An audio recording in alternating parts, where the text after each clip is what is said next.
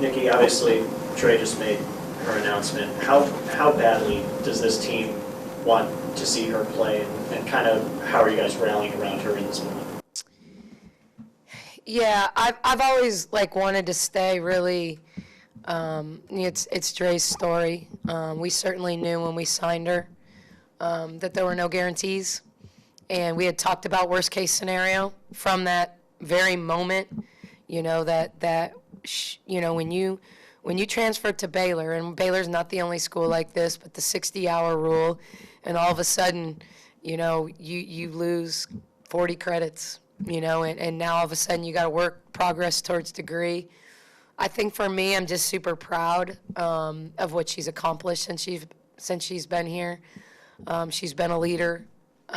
She's obviously a great basketball player, but above and beyond that, she's been a great teammate. What she's done in the classroom shows what she's capable of. To take as many credits she did this summer and this fall, to take 18 credits this fall, and to get a 3.6 just in the fall semester while rushing a sorority. I don't even know what that means because I never did it, but I've heard it's a lot of work. And so, when I think about everything that she's done, I would just love to see her be rewarded because she's a kid that loves the game. She doesn't cheat the game. But it's not in my hands, and it's never been in my hands. She's done what she can do, I would love to see her be able to play. We had multiple, since I've taken the job, we've had 2 4-4-4 transfers, Chrislyn Carr and McDaniel, and their situations were different, but all needed waivers to play. And they're both playing. Chrislyn Carr's at her 4th school in 5 years. And so, you just want to see kids play and love what they do. And certainly, I've said from the beginning, we're going to be okay one way or the other. I want this for Dre more than I want it for me. Selfishly, obviously, she would make us a better team. But, yeah. Is it a credits issue, or is it just a waiver needed from Kentucky? No, it was multi-layered. It was multi-layered up until now. I think what people need to understand is there's a one-time transfer exception. She doesn't qualify for that. She's a 2-time transfer. So when I say 4-4-4, started at Utah, went to another 4-year school, came to Baylor. So 3 4-year schools. So she doesn't qualify for the one-time transfer exception.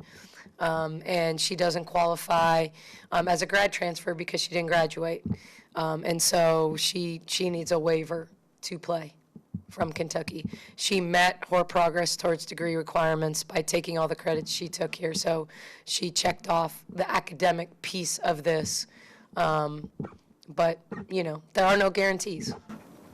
Nikki, how much of an asset has she been just in terms of in practice? And I see her engaged in the games and stuff.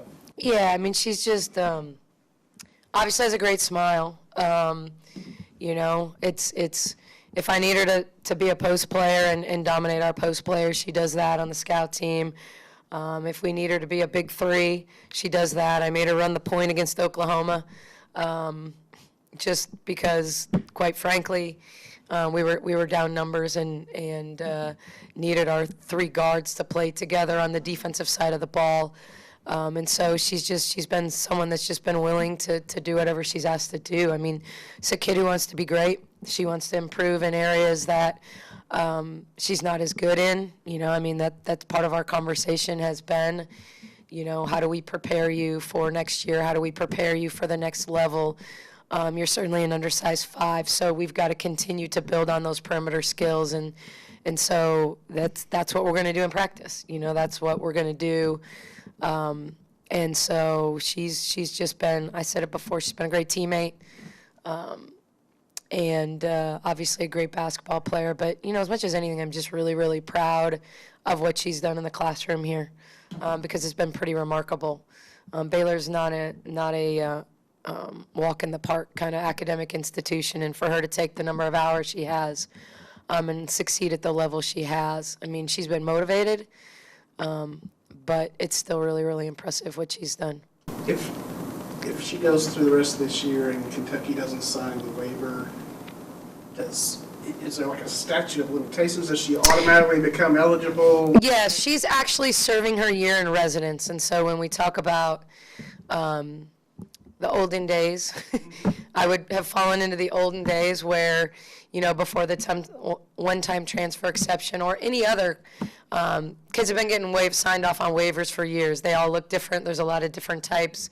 Quite frankly, when I played, you just transferred and sat out your year, right? And for some people that was really good, but I think you only were able to play right away if you got a waiver. And back then it tended to be, I'm transferring closer to home because I've got a family member who's sick, or they just, and I think part of the one-time transfer exception came in play because the NCAA was tired of dealing with waivers, and there being a waiver for everything. And so but yeah, so at the end of it, once she serves her year in residence, she would be eligible to basically play her COVID year next year.